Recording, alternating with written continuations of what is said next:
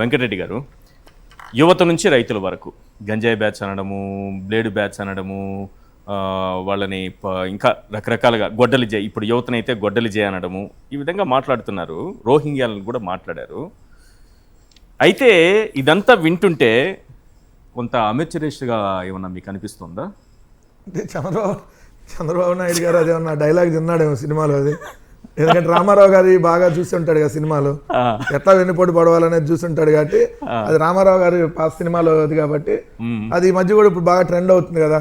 ఒకరినొకరిలో జనసేనలో తెలుగుదేశం వాళ్ళని అమ్మ లెక్కలు, తెలుగుదేశం వాళ్ళు జనసేన వాళ్ళు తెలుగుదేశం వాళ్ళని అమ్మ లెక్కలు. ఈ అమెచ్యూరిస్ట్ ఎందుకు వచ్చింది ఏంటో అర్థం కావట్లేదు. ఒకసారి ఇప్పుడు సోషల్ మీడియా మొత్తం కూడా దాని చుట్టే తిరుగుతోంది. చంద్రబాబు నాయుడు గారి మాటలు కూడా అలానే ఉన్నాయి. జంజేని గొడ్డలి అనడమే అమెచ్యూరిస్ట్ అని నేను అనుకుంటున్నా. అది ఇంకొక రకంగా కూడా ఇంకొకరు అనుకోవచ్చు. ఒకసారి ఆ సినిమా సీన్ ఒకటి చూపించండి.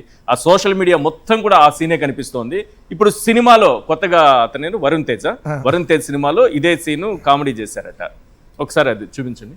ఈ సీన్ ని కొంచెం కామెడీ చేస్తూ కమెడియన్తో ఏదో సత్యతో ఏదో చేయించారు కొరియర్ కనకరాజు అనే సినిమాలో.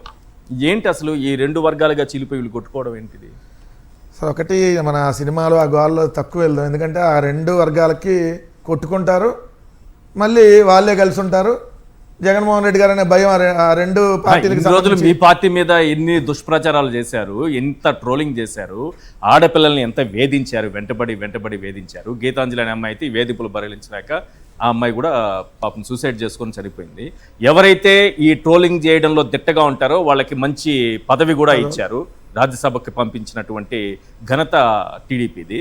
అట్లాంటి టీడీపీ ఇప్పుడు ఏదో ఈ డైలాగ్ వలలో చిక్కుపోయింది ఏంటి అంటే, వాస్తవం ఈ డైలాగ్ ట్రోల్ చేయడంలో పెద్ద ఎందుకు ఇబ్బంది పడుతున్నారో తెలుగుదేశం అని అర్థం కాల. ఎందుకంటే బట్టలు లేకుండా రామారావు గారిని కార్టూన్ వేయించినప్పుడు ఏమయ్యారు వీళ్ళంతా? బట్టలు లేకుండా చంద్రబాబు నాయుడు అవమానించినంత రామారావు గారిని ఈ దేశంలో ఎవరు అవమానించలా. రామారావు గారిని అత్యంత ఘోరంగా అవమానించింది ఎక్కువ చంద్రబాబు నాయుడే. మిగిలిన పార్టీలు చాలా తక్కువ అవమానించుంటాయి. సో ఆయన బట్టలు లేకుండా కార్టూన్లు వేసినప్పుడు, లేదంటే ఆయన నగ్నంగా చిత్రీకరించి స్త్రీలోళ్ళని, లేదంటే బందు కొడతాడని, గండిపేట ఫామ్ హౌస్ లో తైతెక్కలాడతాడని, అసలు అతను మనిషే కాదని ప్రచారం చేసిన అప్పుడు మరి ఏమయ్యారు ఈ తెలుగుదేశం కార్యకర్తలంతా? చెప్పులు వేయించినప్పుడు, ఆ పార్టీని జయప్రదంగా లాక్కున్నప్పుడు ఏమయ్యారు వీళ్ళందరూ? అదే పార్టీని లాక్కున్నప్పుడు ఏమయ్యారు వీళ్ళందరూ? మరి చెప్పాలి కదా ఆయన్ని. సో మరి ఇప్పుడు ఎందుకు అంత ఇబ్బంది పడిపోయారు ఆ డైలాగ్తో? మరి ఆ డైలాగ్ నిజంగా చంద్రబాబు నాయుడు గారు మాట్లాడుతున్న విధానం ఎట్లా కనిపిస్తుంది? సేమ్ అదే ఉంది, ఇమ్మెచ్యూరస్. ఆయన అన్నట్టు ఇమ్మెచ్యూరస్ అదే విధంగా ఉంది కదా. మరి అందుకని ఇబ్బంది పడుతున్నారేమో. చంద్రబాబు నాయుడిని చూడంగానే చంద్రబాబు నాయుడు ఇమ్మెచ్యూరిటీ అంతా మళ్ళీ గుర్తొచ్చింది సినిమా చూసే వాళ్ళందరూ. కానీ అట్లా ఇబ్బంది పడుతున్నారా?